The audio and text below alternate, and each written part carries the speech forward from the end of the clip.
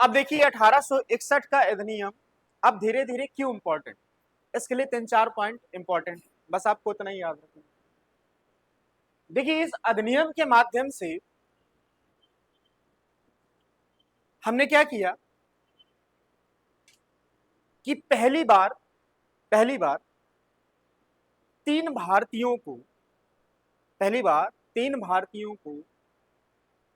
जो वायसराय था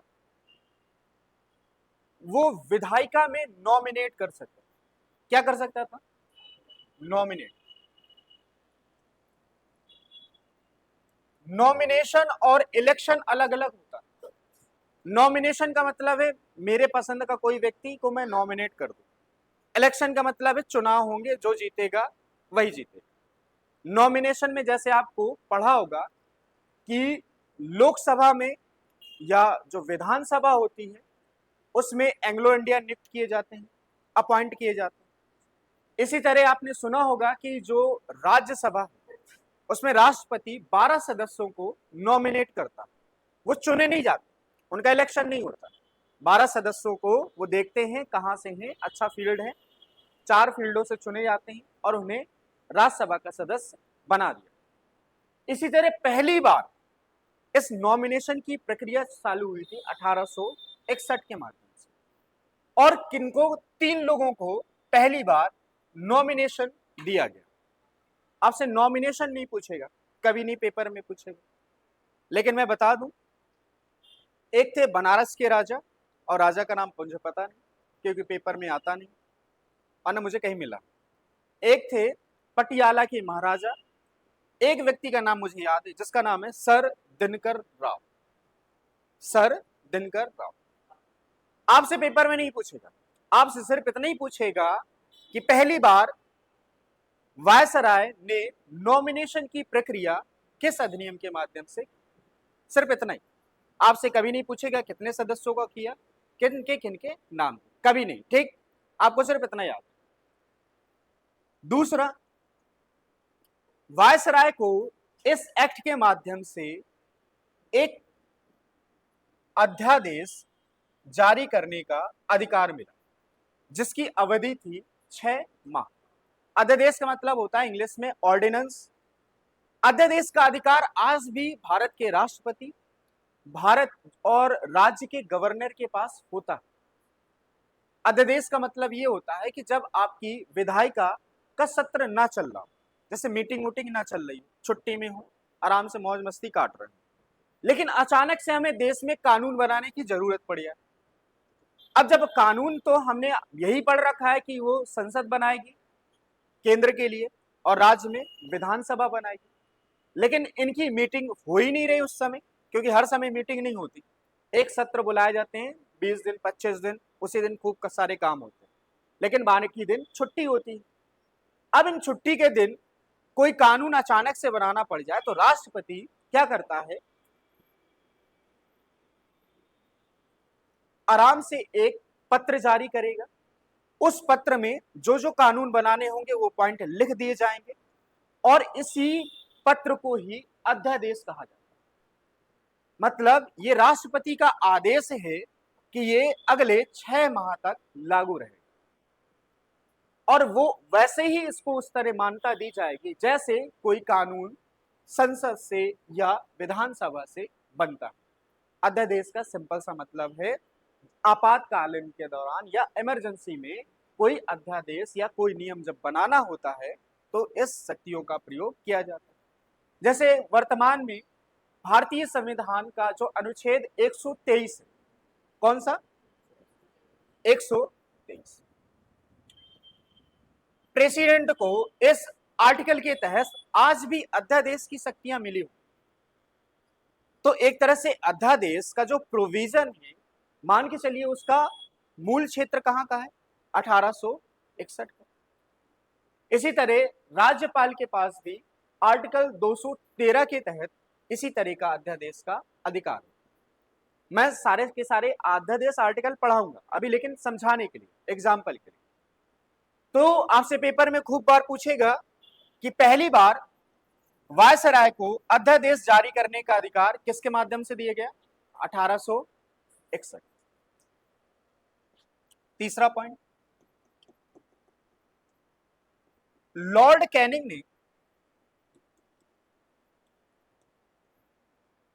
1859 एक पोर्टफोलियो की शुरुआत की। पोर्टफोलियो होता है वैसे, पोर्टफोलियो क्या होता है? जैसे आपने देखा होगा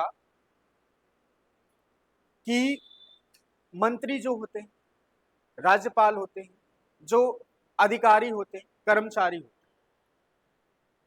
इनका एक स्पेशल प्रोटोकॉल होता है, इनकी सिक्योरिटी स्पेशल होती है, इनसे आप अचानक से नहीं मिल सकते, अपॉइंटमेंट लेना पड़ता।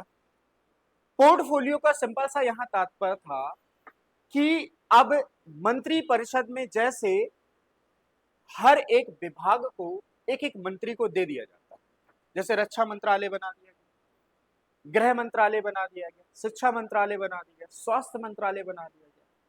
तो आपने जब भी देखा होगा कि जब प्रधानमंत्री शपथ लेते हैं तो उसके साथ मंत्री भी शपथ लेते हैं, लेकिन उस दौरान उन्हें किसी भी प्रकार का आपको नहीं पता चलेगा कि कौन मंत्री इसमें गृह मंत्री बन जाएगा, कौन शिक्षा मंत्री बन जाएगा, कौन कोई भी मंत्री किसी भी विभाग का आपको नहीं मालूम चलता। वो जब शपथ लेते हैं, शपथ वो सिर्फ संविधान की राष्ट्रपति महोदय द्वारा दिलाई जा रही होती है, इसके बाद वो कैबिनेट मंत्री की शपथ ले रहे होते हैं या फिर राज्य मंत्री की शपथ ले रहे होते हैं।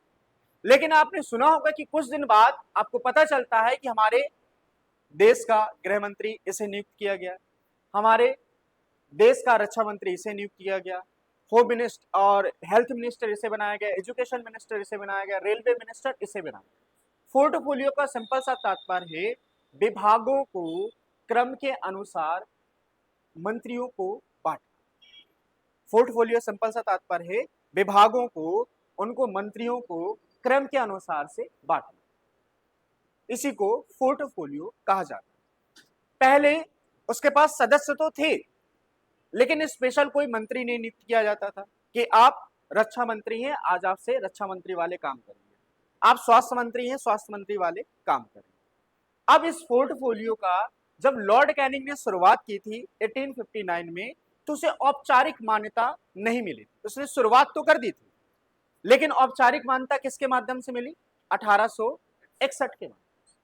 तो पेपर में पूछा जाता है कि किस अधिनियम के माध्यम से भारत ने पोर्टफोलियो को शुरुआत की गई, उसका नाम है 1861। इतना याद होगा। इसके बाद चौथा पॉइंट यह है कि पहली बार जो सत्ता का केंद्रीकरण, मतलब वायसराय सारी की सारी पावर अपने पास रख रहा था, इस बार वायसराय थोड़ा उदार टाइप का मिल गया। उन्होंने क्या किया कि अब कह रहे थे कि हम पावर को थोड़ा बहुत डिस्ट्रीब्यूट कर दें, क्योंकि उन्हें मालूम चल गया था कि 1857 की क्रांति हो चुकी है और होने के पीछे यही कारण था कि हमने सारे पावर अपने पास रख लिए, हमने राजा की गद्दी समाप्त कर दी। जैसे आपने रानी लक्ष्मीबाई की कहानी सुनी होगी कि उनको रानी की उपाधि वो दे नहीं रहे थे, वो रानी मानी नहीं रहे थे, उसके पुत्र को वो राजा स्वीकार ही नहीं कर रहे थे। आपने उसके पावर और अधिकार जब छीन लिए तो लोगों ने विद्रोह कर दिया। इस अधिनियम के माध्यम से समझ में आया कि यदि विद्रोह को शांत रखना है तो हमें पावर फिर से दे देने होंगे, ताकि आराम से मामला शांत रहे। तो पहली बार माना जाता है कि विकेंद्रीकरण की शुरुआत थी, पावर का विकेंद्रीकरण, और इसी दौरान वेस्ट बंगाल में विधानसभा का गठन किया गया। इसी आर्टिकल के माध्यम से, इसी संविधान के माध्यम से पंजाब में विधानसभा का गठन किया गया और उत्तरी पश्चिमी प्रांत में भी एक विधानसभा का गठन किया गया। मतलब हमने सिर्फ वायसराय अधिकार नहीं बनाएगा, हमने अब छोटी छोटी विधानसभाएं राज्यों को दे दी कि आप वहां भी अधिकार के साथ अपना बनाते रहिए। तो आपको इंपॉर्टेंट ये 4 पॉइंट लिखने, ठीक है? चलिए लिखिए वायसराय ने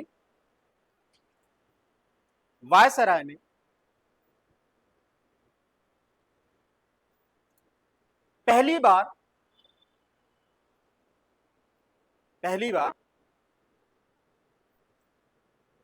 3 लोगों को, 3 लोगों को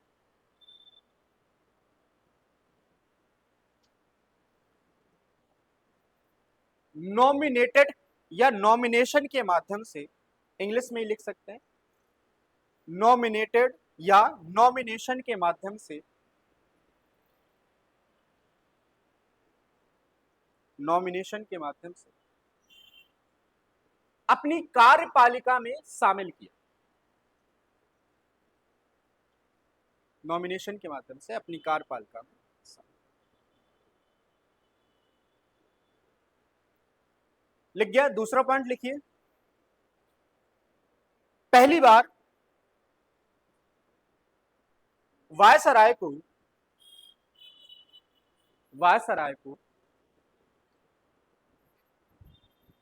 अध्यादेश, पहली बार अध्यादेश जारी करने का अधिकार दिया गया, जारी करने का अधिकार दिया गया।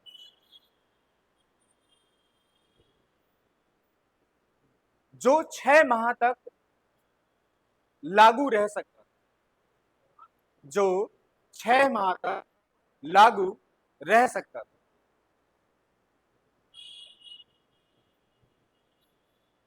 तीसरा पॉइंट, लॉर्ड कैनिंग ने पोर्टफोलियो प्रणाली की शुरुआत की, पोर्टफोलियो प्रणाली की शुरुआत की, पोर्टफोलियो प्रणाली की शुरुआत की, जिसे औपचारिक मान्यता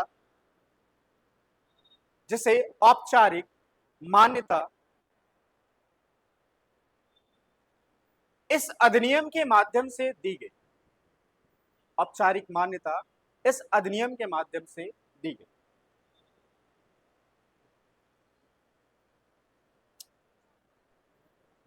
औपचारिक मान्यता इस अधिनियम के माध्यम से दी गई। अगला पॉइंट, पहली बार सत्ता का विकेंद्रीकरण किया गया, पहली बार सत्ता का विकेंद्रीकरण किया गया, पहली बार सत्ता का विकेंद्रीकरण किया गया। डिसेंट्रलाइजेशन, विकेंद्रीकरण को इंग्लिश में डिसेंट्रलाइजेशन बोलते हैं। विकेंद्रीकरण किया गया और बंगाल, पंजाब में विधानसभा का गठन किया गया, पंजाब, बंगाल में विधानसभा का गठन किया गया। लिख गया। अगली हेडिंग डालिए,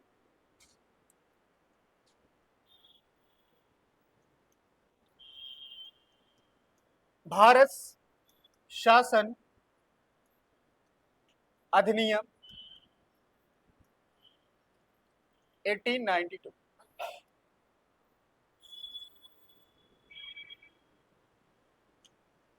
भारत शासन अधिनियम 1892। ये छोटा सा है, 1-2 पॉइंट है इसमें बस।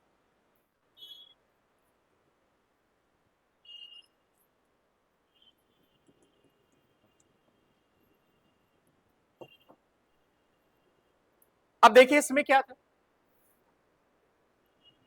अभी तक आपने 61 के माध्यम से नॉमिनेशन की प्रक्रिया पढ़ी।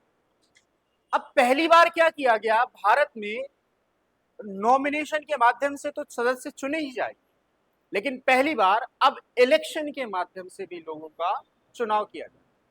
तो इस अधिनियम के बाद पहली बार हमने क्या किया, इलेक्शन के माध्यम से लोगों का, इलेक्शन के माध्यम से लोगों का चुनाव किया।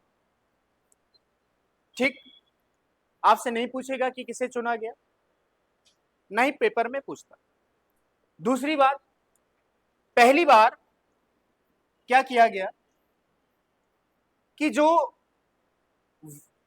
वायसराय के समय विधायिका बनी थी, उस विधायिका में छोटे छोटे काम होते थे, छोटे छोटे कानून पास किए जाते थे,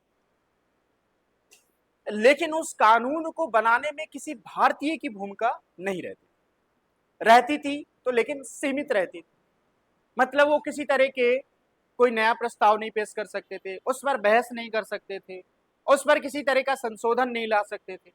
सिर्फ वो क्या करते थे, आराम से बैठते थे, पंखे की हवा लेते थे, आराम से चाय नाश्ता करते थे, पेंशन पाते थे, वेतन पाते थे, शान शौकत से रहते थे। लेकिन पहली बार क्या किया गया, इस अधिनियम के माध्यम से ये पावर दी गई कि आप प्रस्ताव पेश कर सकते हैं, थोड़ा सा उसमें बहस कर सकते हैं, कोई बजट पेश किया जाएगा तो आप उसमें एक दो तो प्रश्न पूछ सकते हैं। तो कहने का तात्पर्य है कि विधायिका में इस बार भारतीयों को प्रश्न पूछने के अधिकार, प्रस्ताव रखने के अधिकार, बोलने जैसे अधिकार दिए गए। क्या हुआ बेटा, लिखो 2 पॉइंट।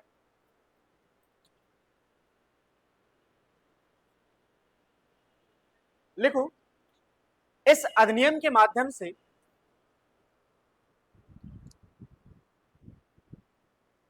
पहली बार विधायिका में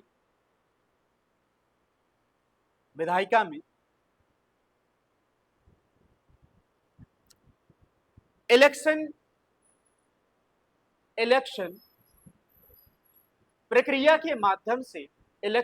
प्रक्रिया के माध्यम से लोगों को चुना गया।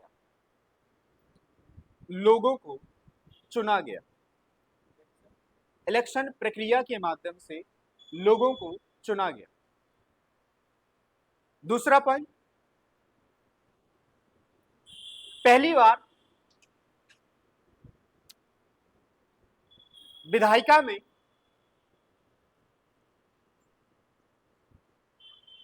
में प्रश्न पूछने,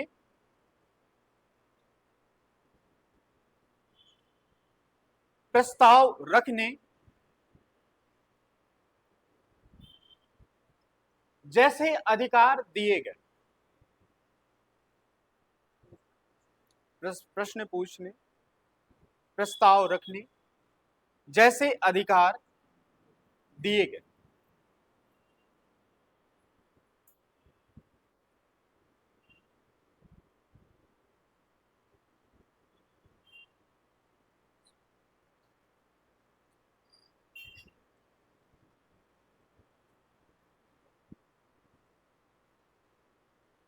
ठीक है, यहां तक हो गया, 2 पॉइंट याद रखिए।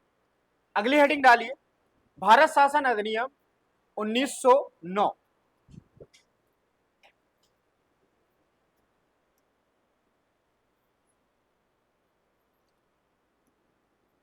भारत शासन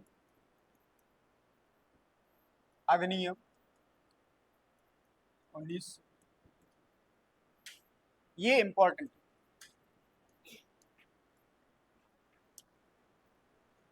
देखिए इसमें क्या प्रावधान थे, इसमें ज्यादातर प्रावधान अच्छे नहीं, फिर भी अच्छे थे कुछ। देखिए इसमें क्या किया गया कि पहली बार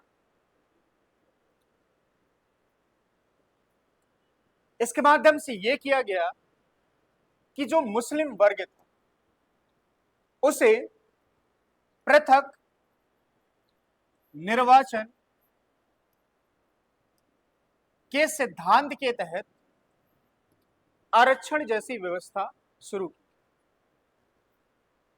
पहली बार क्या किया गया, पृथक निर्वाचन सिद्धांत को अपनाया गया। पृथक निर्वाचन सिद्धांत का सिंपल सा तात्पर्य यह है कि कोई व्यक्ति जिस समुदाय से आएगा या जिस समुदाय से वो लड़ेगा, उस समुदाय के लोग ही उसको वोट दे सकेंगे, अन्य कोई समुदाय का व्यक्ति नहीं देगा। ठीक, चूंकि अंग्रेजों की हमेशा ऐसे एक पॉलिसी रही है, फूट डालो राज करो। जब मुस्लिम लीग का गठन 1906 में हुआ तो उन्हें समझ में आ गया कि अब भारत के लोग थोड़ा विभाजित होने की मानसिकता में आ गए, क्योंकि 1907 में कांग्रेस का भी विभाजन हो चुका। अब उन्हें समझ में आ गया कि कांग्रेस भी कमजोर हो रही है और भारतीय जनता भी धीरे धीरे मनमुटाव पैदा हो। तो उन्होंने 1909 में, जिसे मार्ले मिंटो सुधार भी कहते हैं, इस अधिनियम के माध्यम से पृथक निर्वाचन सिद्धांत दे दिया और इस सिद्धांत के माध्यम से मुस्लिम समाज को डिवाइड करवा दिया। ताकि अब देखिए, अब आपने देखा हो कि हमारे यहाँ कोई भी मुस्लिम समाज का कैंडिडेट खड़ा हो या किसी भी समाज का कैंडिडेट खड़ा हो, हमें यदि कैंडिडेट पसंद है तो हम वोट दे सकते हैं, नहीं दे सकते। हमें क्या किसी ने मना किया है कि आप हिंदू कैंडिडेट को ही दीजिए यदि आप हिंदू हो, आप मुस्लिम हैं तो आप मुस्लिम कैंडिडेट को ही दीजिए? ऐसा कोई नियम भारत सरकार ने बनाया तो नहीं है। आपको जो कैंडिडेट पसंद आता है, जो पार्टी पसंद आती है, आप उसी का वोट डाल के चले आते। लेकिन यहां ऐसा नहीं था। यदि कहा कि यदि वो इस्लाम से या मुस्लिम समाज से आता है व्यक्ति, तो सिर्फ और सिर्फ इस्लाम धर्म को मानने वाला व्यक्ति ही वोट देगा उसे। अब सिंपल सा तात्पर्य यही था कि आपने आधे समाज को डिवाइड कर दिया कि बाकी लोग चुनेंगे नहीं आपको।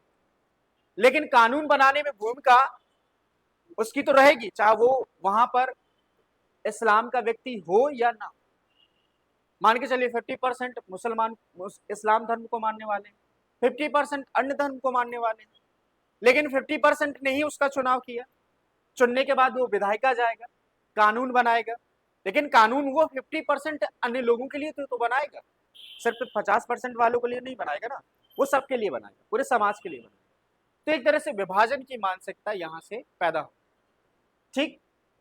दूसरी बात यह है कि इस भारत शासन अधिनियम को भारत में मार्ले मिंटो सुधार के नाम से जाना जाता है। किसके नाम से जाना जाता है? Morley Minto. मार्ले भारत सचिव थे और मिंटो भारत के उस समय वाय, इसलिए इसका नाम है मार्ले मिंटो सुधार। कभी कभी पेपर में पूछ लेता है कि किस अधिनियम को मार्ले मिंटो सुधार के नाम से जाना जाता है, तो किसे जाना जाता है? 1900। तीसरा, फूट डालो राज करो नीति सबसे पहले लाने वाला व्यक्ति का नाम है मिंटो। लॉर्ड कर्जन पढ़ रखा आपने। वायसराय मिंटो ही ये पहला व्यक्ति है जो पहले पृथक निर्वाचन सिद्धांत को लाता है और इसके माध्यम से वो समाज में फूट डालो राज करो की नीति को प्रोत्साहित देना शुरू कर दिया। तो इसलिए मिंटो को, वायसराय मिंटो को फूट डालो राज करो नीति का जनक कहा जाता है। ठीक है, फादर ऑफ जो फूट डालो और राज करो की नीति। पृथक निर्वाचन हुआ, मार्ले मिंटो हुआ। अन्य बातें क्या थी? अब जैसे वहां पर प्रस्ताव पेश कर रहे थे, थोड़ा बहुत प्रश्न पूछ रहे थे, लेकिन किसी भी प्रकार के अब वो वोट नहीं डाल पा रहे। जैसे प्रस्ताव पास करने के लिए वोटिंग सिस्टम होता है कि कितने लोग इसका समर्थन करेंगे, कितने लोग समर्थन नहीं करेंगे। यदि समर्थन की संख्या ज्यादा है तो वो पास हो जाता था, यदि समर्थन की संख्या कम है तो फेल हो जाता था। आज भी ऐसा ही चलता है हमारे संसद। इस अधिनियम के माध्यम से पहली बार वोट डालने के लिए जो भारतीय थे उनको अधिकार दे दिया कि आप भी वोट डाल सकते हैं।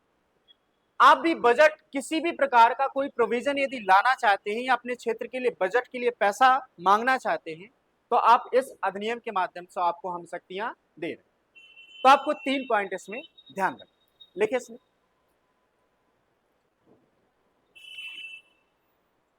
लिखिए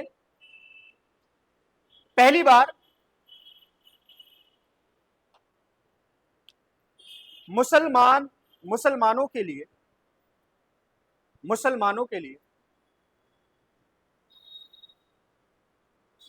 पृथक निर्वाचन का सिद्धांत अपनाया गया। पहली बार मुसलमानों के लिए पृथक निर्वाचन का सिद्धांत अपनाया गया।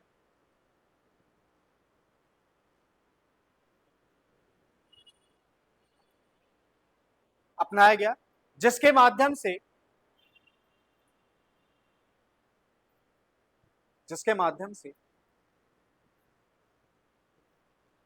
समाज में फूट डालो राज करो की नीति का, जिसके माध्यम से समाज में फूट डालो राज करो की नीति का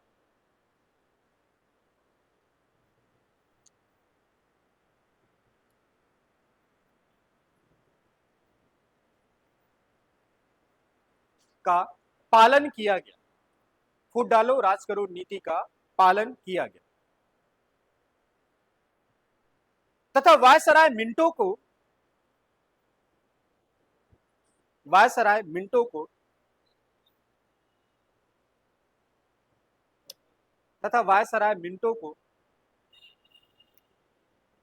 पृथक निर्वाचन सिद्धांत का जनक तथा वायसराय मिंटो को पृथक निर्वाचन सिद्धांत का जनक पृथक निर्वाचन सिद्धांत का जनक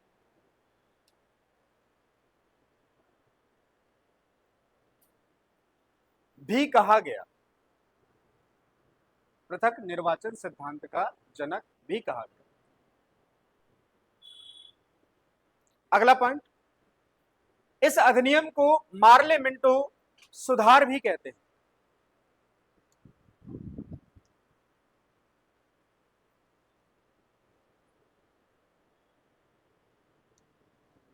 मार्ले मिंटो सुधार भी कहते हैं। अगला पॉइंट,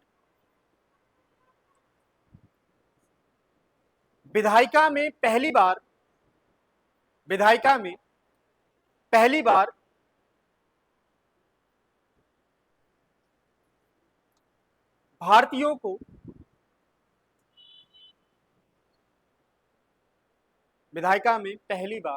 भारतीयों को वोट डालने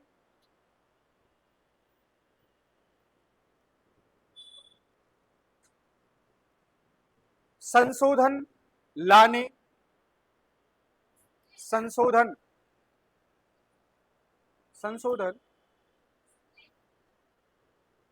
अमेंडमेंट संशोधन लाने, बजट में प्रस्ताव रखने,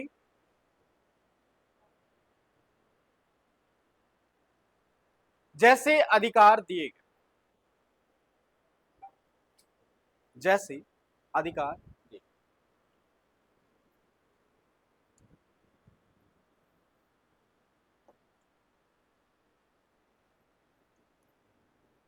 अगली हेडिंग,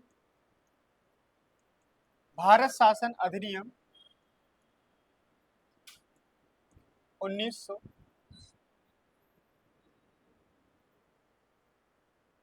भारत शासन अधिनियम 1900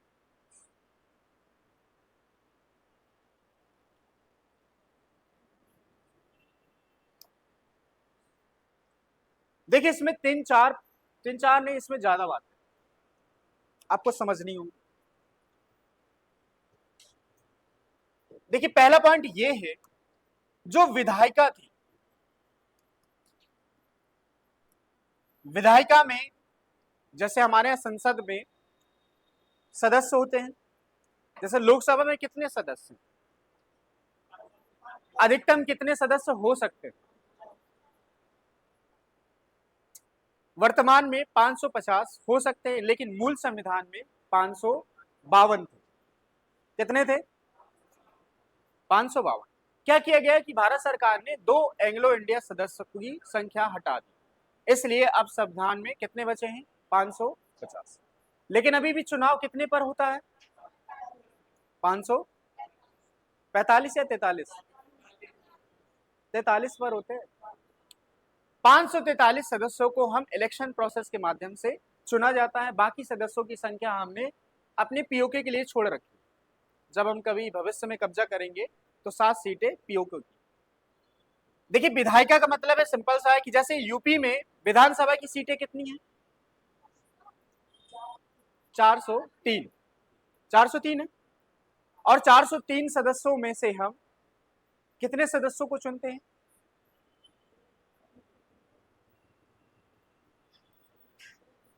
बहु मारेंगे, दौड़ा दौड़ा के मारेंगे, क्योंकि उसमें एक सदस्य एंग्लो इंडियंस भी रहता, ठीक है। तो बाकी बचे कितने, 400, तो 402 सदस्यों को हम चुने। कहने का तात्पर्य कि पहली बार इस विधायिका के माध्यम से हम दो तरह के सदस्य चुन रहे थे, एक नॉमिनेटेड थे और एक कौन थे, इलेक्टेड। मतलब एक चुनाव के माध्यम से चुने जा रहे थे, एक नॉमिनेशन के माध्यम से चुने जा रहे थे। पहली बार हमने इस अधिनियम के माध्यम से यह प्रोविजन किया गया कि जो इलेक्टेड कैंडिडेट होंगे अब वो बहुमत में होंगे। मतलब इससे पहले विधानसभा जब भी बनाई जा रही थी, तो वायसराय क्या कर रहा था, अपने मनपसंद लोगों को बहुमत की संख्या में बैठाल देता था। और बहुमत का सिंपल सा तात्पर्य, जब वोट होंगे तो बहुमत वाले ही जीतेंगे। मान के चलिए 100 सीट हैं, 100 सीट में 60 सीट नॉमिनेटेड के माध्यम से नॉमिनेटेड है, ठीक। और 40 सीटों पर क्या कर रहे हैं, इलेक्शन लड़ रहे हैं। अब मैंने 60 लोगों को, अपने मनपसंद लोगों को नियुक्त कर दिया, तो जब भी कोई प्रस्ताव लाया जाएगा तो यही 60 लोग मेरे पक्ष में वोट कर देंगे। और सिर्फ मुझे प्रस्ताव के लिए वोट कितना प्रतिशत चाहिए होता है, 51, मतलब 50 प्लस 1 वोट, 51 वोट से मैं हर प्रस्ताव को पास करवा सकता हूं। लेकिन मेरे पास कितने वोट, 60, मैं धड़ाधड़ कोई भी प्रस्ताव अपने मन से पास करवा सकता। लेकिन पहली बार क्या किया गया, इसमें जो इलेक्टेड कैंडिडेट उसका बहुमत बढ़ा दिया। तो इस बार इलेक्शन प्रोसेस के माध्यम से सदस्यों की संख्या अब ज्यादा कर दी गई नॉमिनेटेड की तुलना, ठीक है। क्योंकि इस दौरान देखिए भारत में क्या शुरू हो रहे, 1919 है, आप हिस्ट्री को जोड़िए इससे। वर्ल्ड वॉर शुरू हो चुका था 1914 में, 1919 तक चला था। इसी दौरान गांधी जी जा चुके थे, वो छोटे छोटे आंदोलन कर रहे थे। इसी दौरान खिलाफत आंदोलन शुरू हो रहा था। इसी दौरान असहयोग आंदोलन भी शुरू होने वाला था। तो अब इस आंदोलन को कैसे शांत किया जाए, लोगों को ज्यादा से ज्यादा अपने में शामिल कर लेते हैं, सिस्टम का हिस्सा बना लेते हैं। जैसे आपने देखा होगा हमारे यहाँ कि कोई यदि व्यक्ति सरकार के खिलाफ बहुत कुछ ज्यादा बोलने लगता है, लेकिन उसके पास पैसा वैसा है, तो आपको मालूम चलता होगा कि जिस दिन वो सरकार के खिलाफ बोल रहा है, कुछ दिन बाद उसी की पार्टी की सदस्यता लेकर चुनाव लड़ने पहुंच जाता है। हमारे यहाँ ये सिंपल सा नियम है पॉलिटिकल पार्टी का। आपने देखा होगा कि हमारे यहाँ नेता क्या करते हैं, शाम के मस्त दूसरी पार्टी को गाली देंगे, रात में उसी पार्टी के सदस्य के साथ खंबा पिएंगे, दारू पिएंगे, और अगले दिन सुबह कहेंगे भाई ठीक है, हो जाता है कभी कभी। तो हमारे यहाँ नेताओं की ऐसी ही फितरत, ठीक है। तो इसी इलेक्शन प्रोसेस के माध्यम से पहली बार यह व्यवस्था की गई कि जो निर्वाचित सदस्य होंगे वो बहुमत के माध्यम से चुने जाए।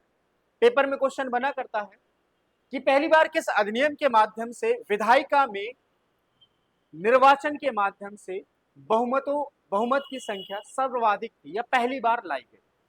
तो पहली बार निर्वाचित व्यक्तियों की जो संख्या थी सबसे पहले 1919 के माध्यम से लाई गई। इसके बाद हमेशा बहुमत ही बना रहा, ठीक है। दूसरा पॉइंट देखिए, दूसरा पॉइंट यह है कि पहली बार महिलाओं को वोट डालने का अधिकार दिया गया। आज तक महिलाएं वोट नहीं डाल पा रही, तो पहली बार हमने इस वोटिंग सिस्टम में, जैसे किसी व्यक्ति को चुनना होता है, तो पहली बार हमने कहा अब महिलाएं भी इसमें भाग ले सकती। तो कभी कभी पेपर में बहुत बार क्वेश्चन बनता है कि पहली बार भारतीय महिलाओं को वोट डालने का अधिकार किस अधिनियम के माध्यम से दिया गया, वो था, ठीक। तो पहली बार आप लोगों को कब मिला वोट डालना, 1919। हम लोगों को तो पहले से। तीसरा पॉइंट ये हुआ, इंपॉर्टेंट पॉइंट ये है कि हमने जो हमारे प्रांत, मतलब जो हमारे स्टेट थे, वहां पर हमने द्वैध प्रणाली की शुरुआत की। फिर से हमने शुरुआत की द्वैध प्रणाली। एक बार हमने शुरुआत की थी किस चार्टर अधिनियम के माध्यम से शुरुआत की थी,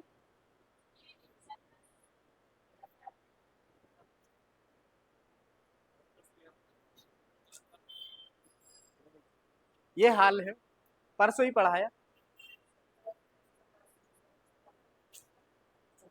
कल मैंने क्वेश्चन ही पूछे थे।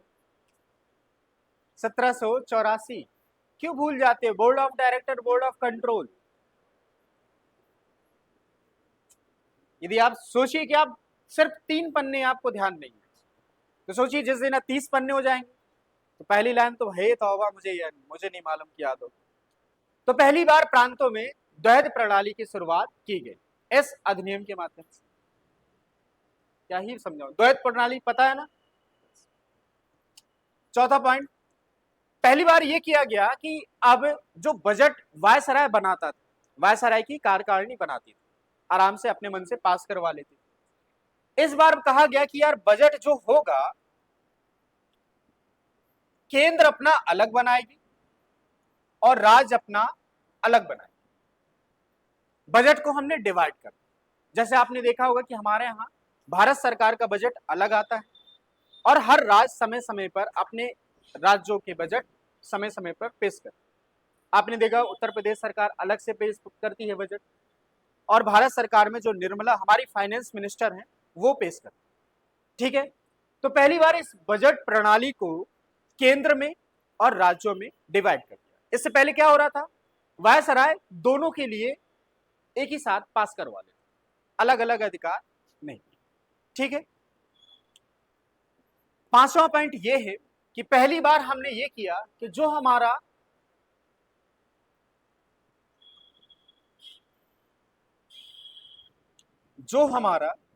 हाई कमिश्नरी है। अब हाई कमिश्नरी क्या होता है? कहने के तात्पर्य यह है कि आपने सुना होगा कि एक Indian foreign service, civil service के तहत आईएफएस आती है, और इस आईएफएस के जो अधिकारी होते हैं उन्हें अन्य देशों में राजदूत बनाकर भेजा जाता है, एम्बेसडर या गवर्नर बना के, जो हमारी सरकार के लिए वहां पर रहते हुए काम करते हैं। तो पहली बार क्या किया गया, इस अधिनियम के माध्यम से हमने लंदन में वहां पर एक उच्चायुक्त ऑफिस, मतलब हाई कमिश्नरी ऑफिस, हमने पहली बार लंदन में इसी अधिनियम के माध्यम से खोला। हाई कमिश्नरी कार्यालय क्या होगा, हम एक भारतीय सदस्य को वहां पर एक अधिकारी बना के नियुक्त कर देंगे और वो भारतीय सदस्य वहां रहते हुए हमारे हितों को ध्यान में रखते हुए वहां की रानी राजा से बात करेगा, अपनी बात बताएगा, उनसे बात मनवाएगा, छोटी छोटी प्रोविजन करवाएगा। राजदूत जिसे एम्बेसडर बोलते हैं, ये गवर्नर बोलते हैं, कहीं कहीं अलग होता है। तो ये पहली बार हमने लंदन में उच्चायुक्त कार्यालय खोलने का प्रावधान इसी अधिनियम के माध्यम से किया। तो बस यही 5 पॉइंट लिखिए। बड़ा, बहुत बड़ा है, इससे तो बड़ा पैस वाला। लिखिए इसमें पहली बार विधायिका में चुने गए सदस्यों को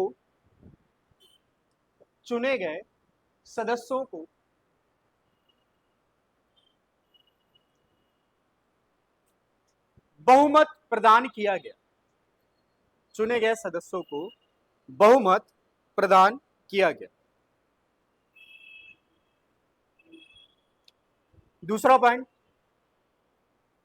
पहली बार महिलाओं को वोट डालने का अधिकार दिया गया। पहली बार महिलाओं को वोट डालने का अधिकार दिया गया।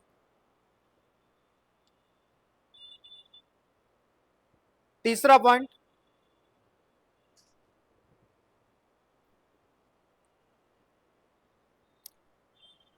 प्रांतों में द्वैध शासन प्रणाली की स्थापना की गई। प्रांतों में द्वैध शासन प्रणाली की शुरुआत की गई।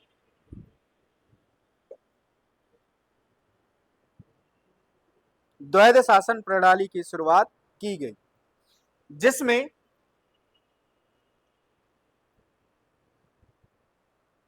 कुछ विषय को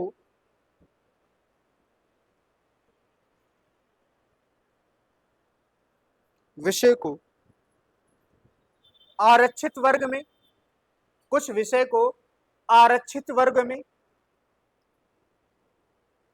और कुछ विषय को बिना आरक्षित वर्ग में रखा गया।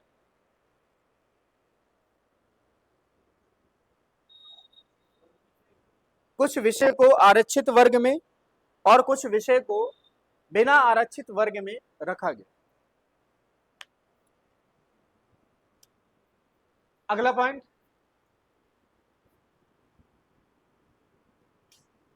बजट बनाने का अधिकार, बजट बनाने का अधिकार केंद्र और राज्य को अलग अलग दे दिया गया। केंद्र और राज्य को अलग अलग दे दिया गया।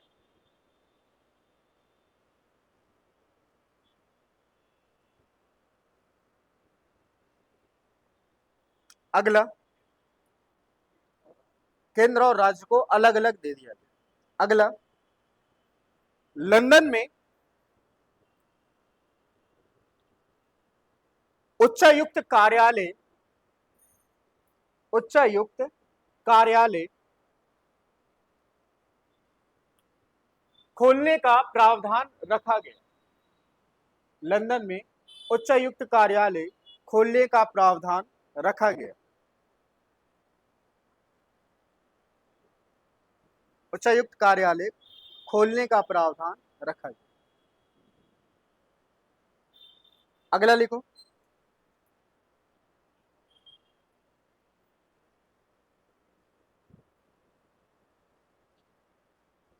केंद्र में, केंद्र में राज्य परिषद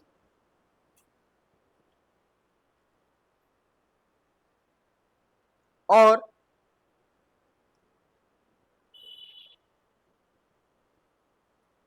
लोक सदन, लोक सदन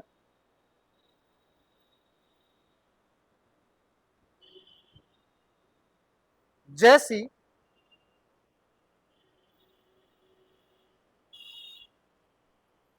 दो सदनीय, दो सदन प्रणाली शुरुआत की। दो सदन प्रणाली शुरुआत की। सदन का मतलब हुआ कि एक को राज्यसभा बना दिया, एक को लोकसभा। ठीक, अगला एक और लिख लो छोटा सा। इस अधिनियम को मॉन्टेग्यू चेम्सफोर्ड सुधार के नाम से जाना जाता है। इस अधिनियम को मॉन्टेग्यू चेम्सफोर्ड, मॉन्टेग्यू चेम्सफोर्ड सुधार के नाम से जाना जाता है।